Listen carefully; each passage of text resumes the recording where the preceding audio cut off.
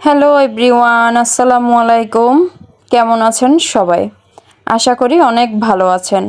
Riyan studio and blog থেকে সবাইকে জানাচ্ছি স্বাগত। Please subscribe my YouTube channel. আজকে আপনাদের জন্য নিয়ে এসেছি লইটা শুটকির ভর্তা।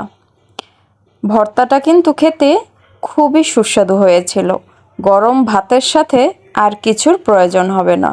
লইটা শুটকির ভর্তার জন্য আমি নিয়েছি দুটো বড় সাইজের পেঁয়াজ, এখানে নিয়েছি একটি বড় রসুন, বিলাতি ধনেপাতা নিয়েছি, আর নিয়েছি মরিচ এবং লইটা শুটকিগুলো আমি ছোট ছোট করে কেটে নিয়েছি।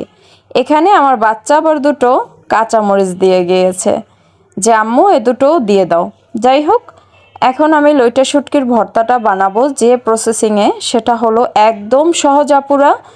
অনেক ব্যস্ত আপুরা খুব সহজে কিছু রেসিপি আপনারা পেলে অনেক উপকৃত হন।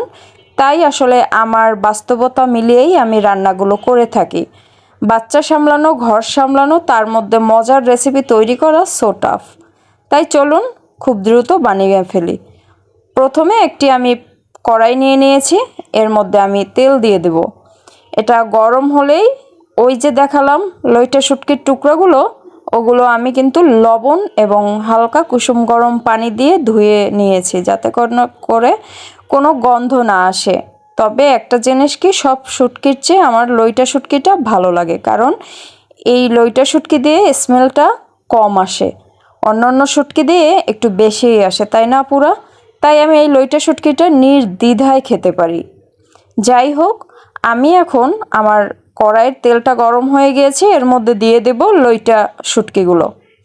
এগুলো এখন ভালোভাবে ভেজে নেব লাল লাল হওয়া পর্যন্ত, এবং একই কড়াইয়ে ভেজে নেব মরিচ, পেঁয়াজ এবং রসুন। শুধুমাত্র বিলাতি ধনেপাতাটা আমি কাঁচা অ্যাড করব। কাঁচা অ্যাড করলে ঘ্রাণটা অনেক বেশি তাজা তাজা মনে হয়।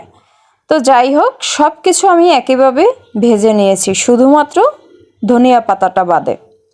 এবার এখন আপু আমরা এগুলো ভালোভাবে আমি মিক্সড করে নেব, মানে ব্লেন্ড করে নেব। আপনারা চাইলে শিলপাটায় বেটে নিতে পারবেন। দেখুন ভর্তা কিন্তু রেডি। চলুন আপনাদের রেখে একটু আমি খেয়ে দেখাই।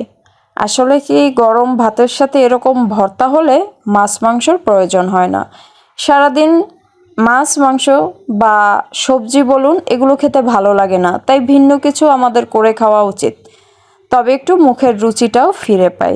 যাই হোক আপুরা, আমি এখন কিন্তু আপনাদের দেখাচ্ছি কতটা ঝাল, কতটা সুস্বাদু হয়েছে, আপনাদের একটু অন্তত বলে দিতে পারি।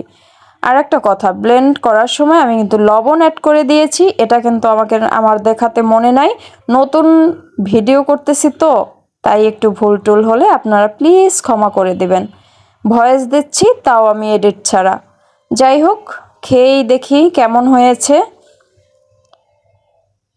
বিসমিল্লাহির রহমানির রহিম। আলহামদুলিল্লাহ, অনেক মজা হয়েছে আপুরা। ঝালও হয়েছিল পারফেক্ট, লবণটাও পারফেক্ট, সব মিলিয়ে অনেক সুস্বাদু হয়েছে। আসলে মুখে বললে তো বিশ্বাস হবে না, তাই বাসায় ট্রাই করবেন। সবাই সুস্থ থাকবেন, ভালো থাকবেন, আমার পাশেই থাকবেন। আল্লাহ হাফেজ।